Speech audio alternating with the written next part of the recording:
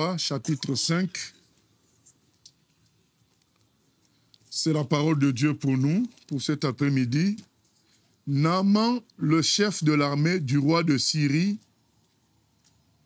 avait la faveur et l'estime de son Seigneur, car c'était par lui que l'Éternel avait donné la victoire aux Syriens. Toutefois, cet homme qui était fort et vaillant était lépreux, donc il était malade de la peau. Or, les Syriens avaient mené des expéditions et ils avaient ramené prisonnière une petite fille du pays d'Israël. Celle-ci était au service de la femme de Naaman.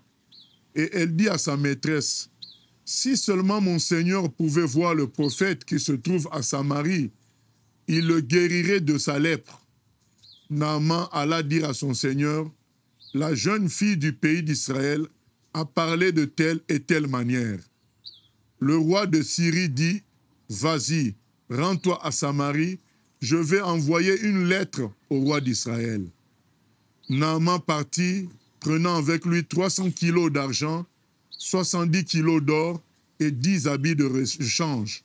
Et il apporta la lettre au roi d'Israël.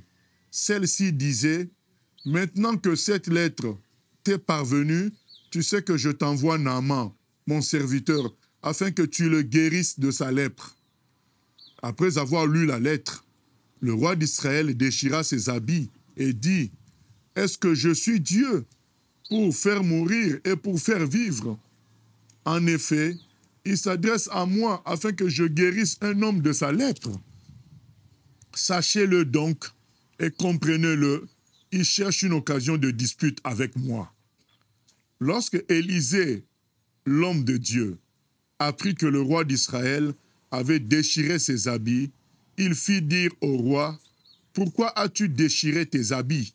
Fais-le venir vers moi, et il saura qu'il y a un prophète en Israël. » Naaman vint avec ses chevaux et son char, et il s'arrêta à la porte de la maison d'Élisée.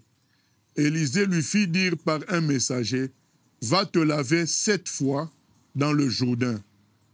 Ta chair deviendra saine et tu seras pur. » Naaman fut indigné et il s'en alla en disant, « Je me disais, il sortira en personne vers moi.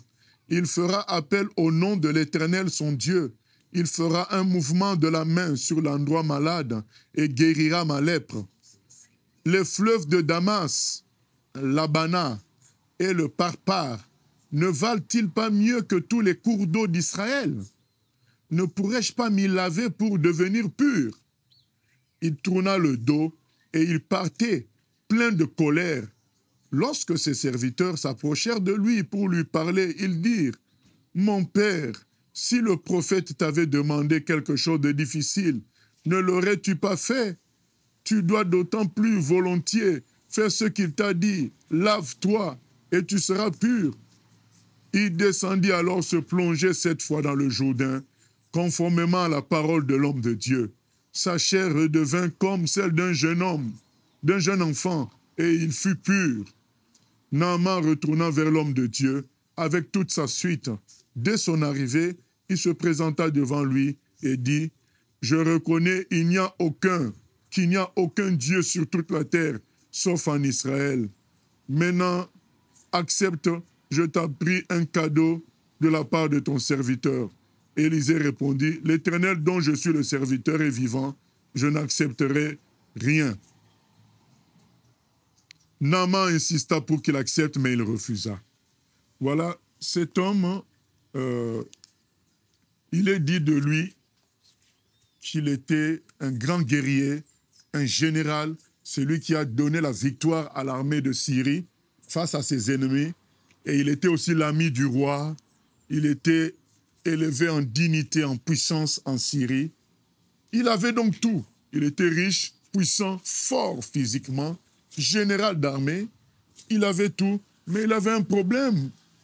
Le problème, c'est qu'il avait la lèpre. La lèpre est une maladie, à l'époque, même jusqu'aujourd'hui, je crois, dont on ne peut guérir. On peut calmer les effets, mais guérir vraiment, c'est pratiquement impossible. Mais surtout à l'époque, c'était vraiment impossible de guérir de la lèpre. Et la lèpre, petit à petit, ça te rongeait la peau et commençait à atrophier tes muscles. Les muscles se contractent et les membres commencent à se contracter. Et on finit par mourir comme ça, par tous les membres qui se contractent, la peau qui gonfle. C'est horrible, la lèpre. Cet homme qui avait tout, l'argent, la richesse, la puissance, avait un problème. Qui gâchait tout ça, c'était sa lèpre. Il est l'image de nous tous sur la terre. Parfois, tout marche pour nous. Tu as l'argent, tu as ceci, tu as la maison, mais il va y avoir un problème qui dérange, qui nous enlève le bonheur sur terre. Tout humain sur terre a toujours un problème que j'appelle un grain de sable qui vient tout gâcher. Tu vas avoir tout, de beaux enfants, et puis il va y avoir un énième enfant handicapé, un énième enfant en difficulté, et ça vient tout gâcher. C'est parce que sur terre, le péché est enterré. Et donc, on ne peut pas voir de perfection sur terre. Qui que tu sois, où que tu sois, il y aura toujours quelque chose qui gâchera, puisque la perfection n'est pas sur terre. Le péché est entré sur terre par notre ancêtre Adam, et c'est ça qui vient tout gâcher. Mais en même temps, ce qui vient tout gâcher est une chance, est une occasion pour nous de reconnaître notre échec, notre faiblesse, de voir, j'ai l'intelligence, j'ai ceci, mais il me manque cela. J'ai la beauté, j'ai la jeunesse, mais il me manque telle autre chose. Je suis orphelin. Voilà, et il y a toujours quelque chose qui va manquer, qui va être un problème.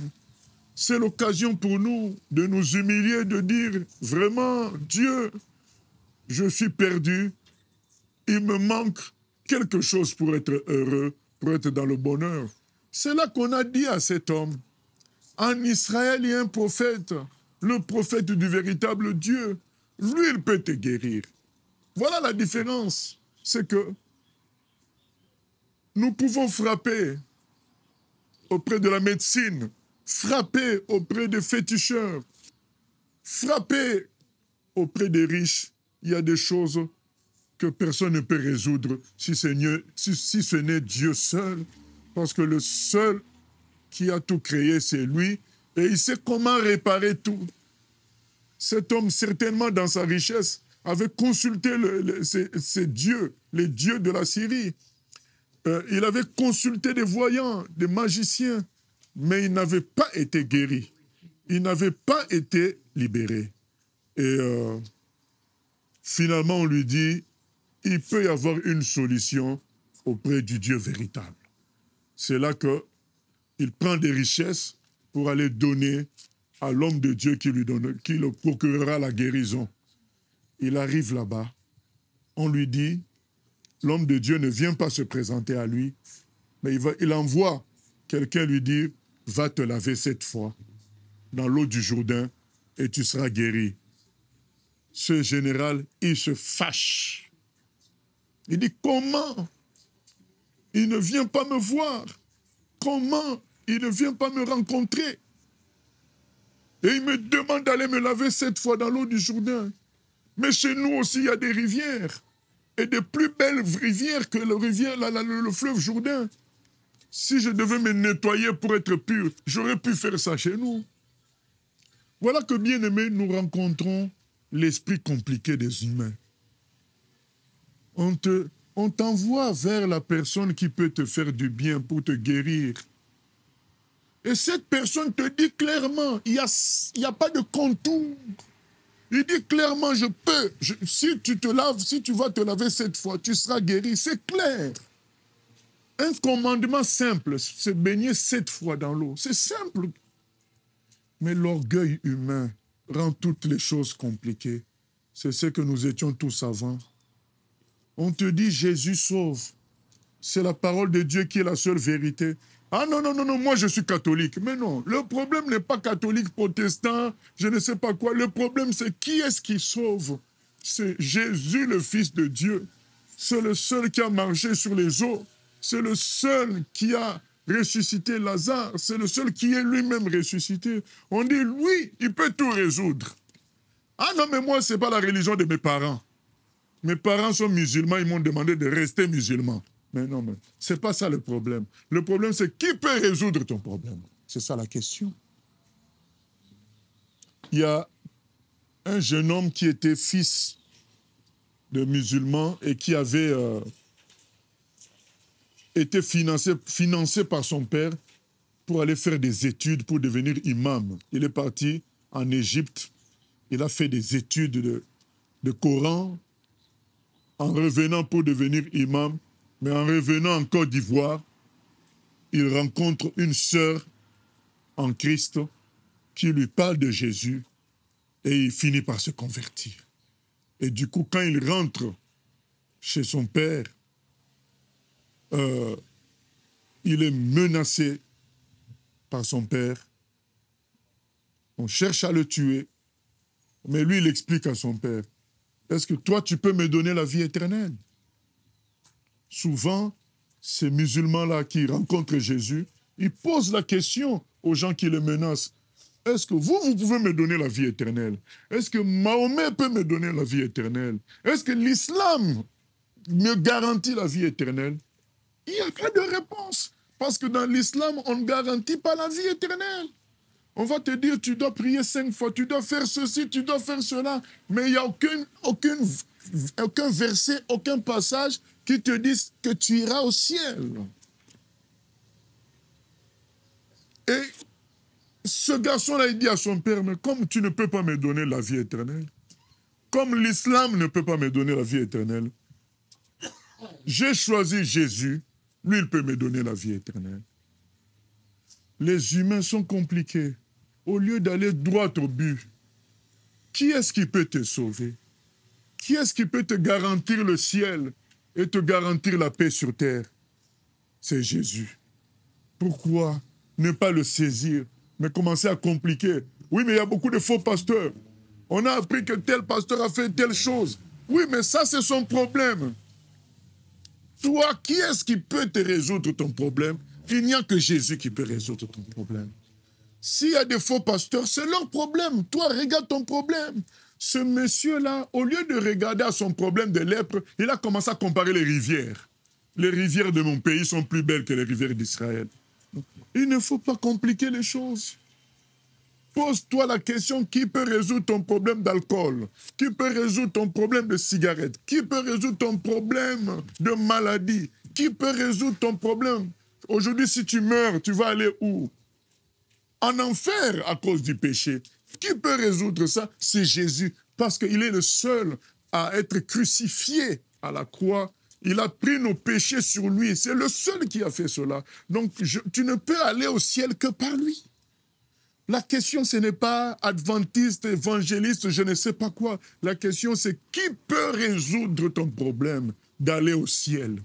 Ton problème du péché, il n'y a que Jésus qui peut le faire. Qui peut résoudre ton problème de complexe d'infériorité, ton problème de colère? Il n'y a que Jésus qui peut faire ça, parce qu'à la croix, il a porté sur lui tous nos problèmes, toutes nos maladies, toutes nos malédictions. C'est lui seul qui peut tout résoudre, parce que non seulement il est le sauveur, il est aussi le créateur. Et cet homme, on l'a fait raisonner par ses serviteurs. Ils lui ont dit, mais maître, si on t'avait demandé de te faire des incisions pour que le sang coule et que tu sois guéri, tu l'aurais certainement fait. Si on t'avait demandé de t'enterrer par terre pendant 30 minutes, avoir tout le corps jusqu'à la tête pendant 30 minutes enterré et que tu serais sauvé après ça, tu aurais fait ça. Si on t'avait demandé d'aller dormir en forêt 2 jours pour être guéri, tu l'aurais fait. Mais là, on te demande juste d'aller te laver 7 fois. Qu'est-ce qui est compliqué? Bien aimé, c'est ça les humains. Quand ils vont voir les féticheurs, on leur fait des incisions, le sang coule. Là, ils font. Parfois, on les fait dormir dans un cimetière pour avoir la magie. Ils font pour résoudre leurs problèmes. Une fois dans la région parisienne, j'avais été invité par quelqu'un qui en avait marre de son prêtre vaudou qui commençait à trop lui demander de l'argent. Elle n'en avait plus. Pourtant, cette femme-là, on lui avait déjà prêché l'évangile, elle avait refusé, mais elle préférait payer les services d'un prêtre vaudou qui commençait à l'escroquer. Et un jour, elle en a eu marre, elle a dit, appelez-moi un serviteur de Dieu pour prier pour moi. Bien-aimés, nous arrivons dans cet endroit, dans cet appartement, qui était peut-être au 2e étage. Lorsque nous approchons de l'appartement, nous sentons l'odeur d'animaux. Et quand nous entrons dans l'appartement, je vois un coq qui passe. Oh. Je pose la question, mais qu'est-ce qui se passe ici? Ils me disent, mais c'est les coqs. Il y avait plusieurs coqs dans l'appartement. Donc, vous vous imaginez dans un appartement des coqs. Donc, ils vont déféquer dans l'appartement et ça sentait mauvais. Je pose la question, mais qu'est-ce qu'ils font là? Mais c'est le prêtre vaudou qui a demandé pour des sacrifices.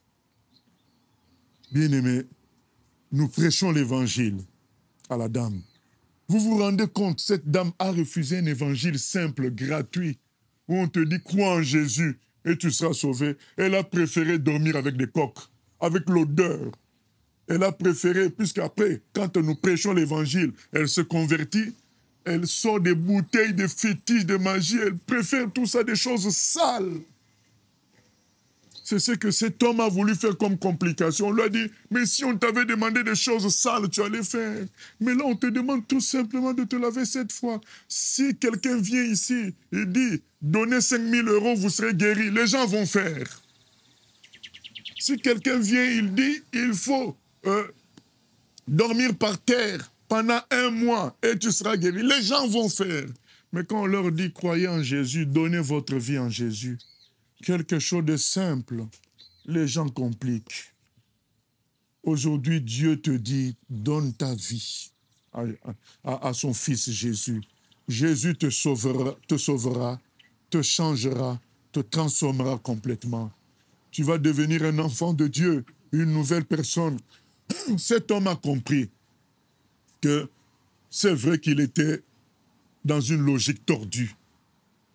On lui a demandé quelque chose de simple. Va te laver 7 fois. Aujourd'hui, je nous demande quelque chose de simple.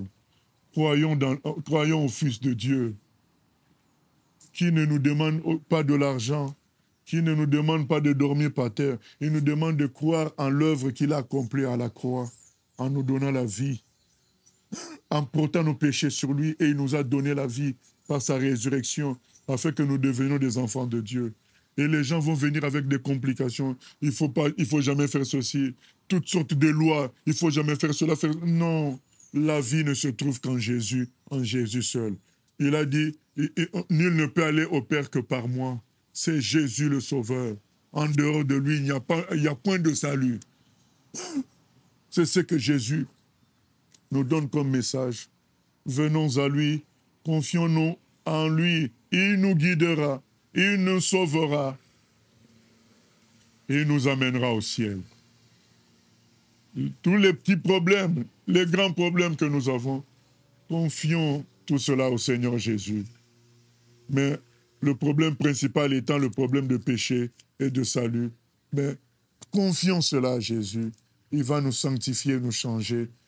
Il ne faut pas s'occuper. Ah oui, mais il y a des faux pasteurs. Ah oui, mais il y a ceci. Non. Ah oui, il y a la religion de mes parents. Non, ce n'est pas ça qui compte. Ce qui compte, c'est qui va résoudre ton problème. Et c'est ce qui s'est passé avec ce général qui a compris que cet homme, l'ordre qu'on lui avait donné, c'était cet ordre-là qui pouvait résoudre son problème. Et quand il s'est lavé, il a été guéri et il est venu voir Élisée pour dire, je reconnais qu'il n'y a qu'un seul Dieu, le Dieu d'Israël. Si tu crois en Jésus, tu expérimenteras la gloire de Dieu. Tu reconnaîtras qu'il est le véritable. Voilà l'exhortation d'aujourd'hui. Jésus nous appelle à nous confier en lui. Il va nous transformer, il va nous porter. Nous entrons dans une vie nouvelle. Et donc, chacun va prier dans son cœur pour dire qu'il se confie en Jésus. C'est gratuit. Prions le Seigneur. Éternel grand Dieu, nous venons prier afin que tu accueilles dans ta maison tous ceux dont le cœur ont été touchés pour te recevoir en ce moment. Manifeste-toi. Il est écrit, tu es venu chercher et sauver ceux qui étaient perdus. Parmi tous ceux qui ont entendu ton message, Seigneur, sauve. Convainc, Seigneur, de péché, de justice et de jugement. Convainc de ton amour et sauve. En ce moment, nous t'en prions, Papa. À toi la gloire, la louange, au siècle des siècles.